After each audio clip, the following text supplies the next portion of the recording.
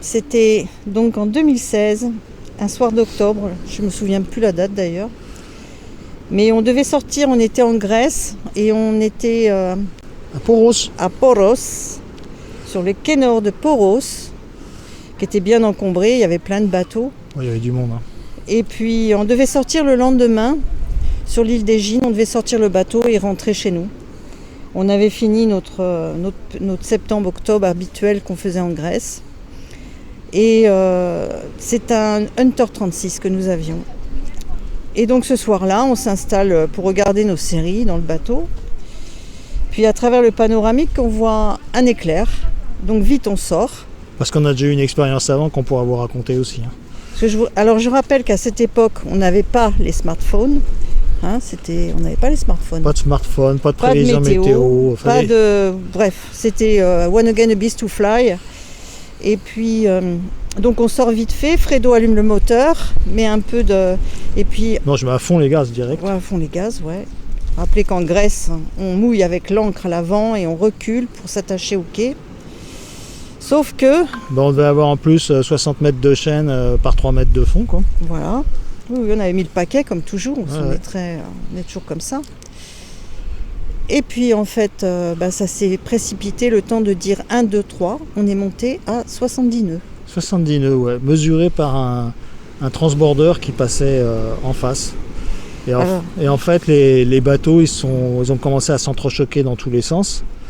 Notre bateau, il a reculé d'emblée sur le quai. Ce qui fait que j'ai vu toute la jupe arrière se faire démolir en frappant dans le quai. J'ai à ce moment-là essayé de... on se demande pourquoi, mais bon, je me disais tiens, je vais mettre plus de pare-battage à l'arrière pour protéger, quoi. Et là, de manière très surprenante, j'ai jamais compris pourquoi. D'un seul coup, je me suis fait éjecter et je me suis retrouvé dans l'eau entre deux bateaux, entre un Hamel 50 et notre Hunter. Et là, je dois reconnaître que je pense que je suis vraiment passé à côté de la catastrophe. J'aurais pu me faire écraser dans les bateaux, noyer, enfin n'importe quoi. Et je sais pas comment ça se fait, mais on trouve des ressources parfois qui sont insoutenables. Et je me suis retrouvé propulsé, je me suis propulsé sur le quai. Oui, je me suis soulevé et propulsé sur le quai. Oui. Et alors pendant ce temps-là, Marie-Hélène, elle... Je surveillais l'avant parce qu'en fait, c'était un 36 et on était entre 2,45 pieds à peu près. Et puis, donc, il nous prenait en étau. Et donc, j'avais peur parce que l'ancre avait décroché, puisqu'il y avait des vagues tellement, il y avait au moins 3. Ouais, sur la hauteur, disons que pour être honnête, après coup, le voisin de bateau, que c'était sur le Bavaria à côté, quand lui, il était en train de protéger son bateau en essayant d'échapper, enfin de repousser un peu le nôtre, il m'a dit, j'ai vu vos quilles sortir de l'eau. Oui, c'était un biquille. C'était un biquille, il a dit, je voyais vos quilles sortir de l'eau. Alors, donc, on peut imaginer, je pense que les vagues étaient hautes quand même, pour nous soulever à ce point-là. Donc, quoi qu'il en soit, je surveillais l'avant parce que je me dis, si jamais le vent s'inverse, parce que c'était, pour l'instant, on l'avait dans le nez, évidemment, mais si le vent s'inverse, le bateau va partir parce que les taquets avaient sauté, on tenait plus. Il y a les taquets avaient sauté. Les taquets s'étaient arrachés.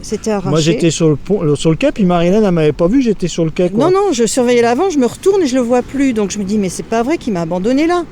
Et puis donc il a pu me filer une corde, une amarre qui était restée accrochée à l'anneau au quai, pour que je puisse attacher le bateau par l'arche qui tenait encore. À moitié arrachée mais qui tenait. Sur les Hunters, il y a une grande arche qui est très solide quand même. Mais bon, et puis voilà, et puis le bateau s'est ouvert par l'avant, comme une boîte de sardines. Le bateau s'est ouvert le pont s'est arraché à l'avant. Toute la jupe arrière a été explosée, donc l'eau a rentré par l'avant, par l'arrière. Il y avait les vêtements qui sortaient par l'avant. On a vu notre spie partir dans la mer. Qui était dans les coffres. Et puis comme il a commencé à couler, en fait, il bougeait moins. J'ai pu descendre à terre. Tu as pu descendre à terre. Ouais. Bon, après, ça a été assez bref, comme... ça a duré 10 minutes. Un quart d'heure. Hein. Ouais. Moi, je suis rentré dans le bateau pour essayer de récupérer des papiers, enfin 3 conneries pour... Oui. Parce que le bateau était en train de couler, quoi. Là c'était cuit. Il commençait à être plein d'eau. Commençait à être plein d'eau, donc je suis rentré dedans. À ce moment-là, j'ai constaté un truc, c'est que la descente, elle se détache et elle flotte. Tous les tables, tous les coussins, ils se mettent à flotter, ce qui fait que c'est même dangereux de rentrer dedans, parce que le problème, c'est de ressortir après, parce que tout se met dans la descente, tout est... L'escalier flottait. L'escalier flottait, la table flottait, les coussins flottaient, enfin un bordel inimaginable. Moi, je crois que j'avais pu récupérer un téléphone et mes papiers, peut-être. Comme ça, on avait au moins la carte bleue. C'est ça. Et puis voilà. On l'a regardé couler. On l'a regardé couler sur le quai. Et puis, il n'a pas coulé bien profond, puisqu'on voyait le mât quand même à la fin. Et puis les pare-battages qui étaient en l'air. 3-4 mètres de fond, quoi. Et donc après, on s'est retrouvé sur le quai. Fredo, il était en slip dans son ciré jaune. Même pas de chaussures. Et moi, j'étais en chemise de nuit. Et voilà. Et on a tout perdu. Donc... Il y a une solidarité qui s'est mise en place avec les autres marins qui ont aussi eu des... Surtout les Grecs au début.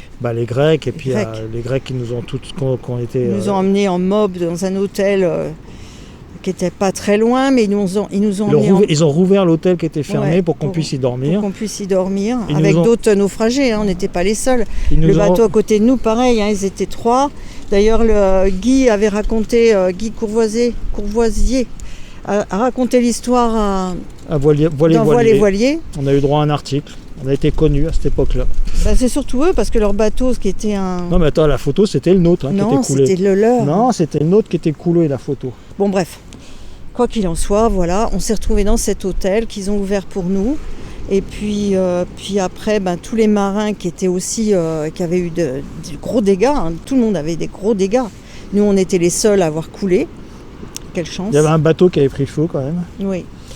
Et puis, ils nous ont prêté des vêtements. Et puis voilà, mais enfin, toute la nuit, ça a été affreux de repenser à ça. On n'a pas du tout dormi, bien sûr. Et on s'est dit, c'est terminé, la voile, c'est fini, quoi. On peut pas continuer après ça. C'est un tel choc, c'était tellement horrible de vivre ça. Alors là, c'est une des rares fois où de toute une nuit, je n'ai pas fermé l'œil.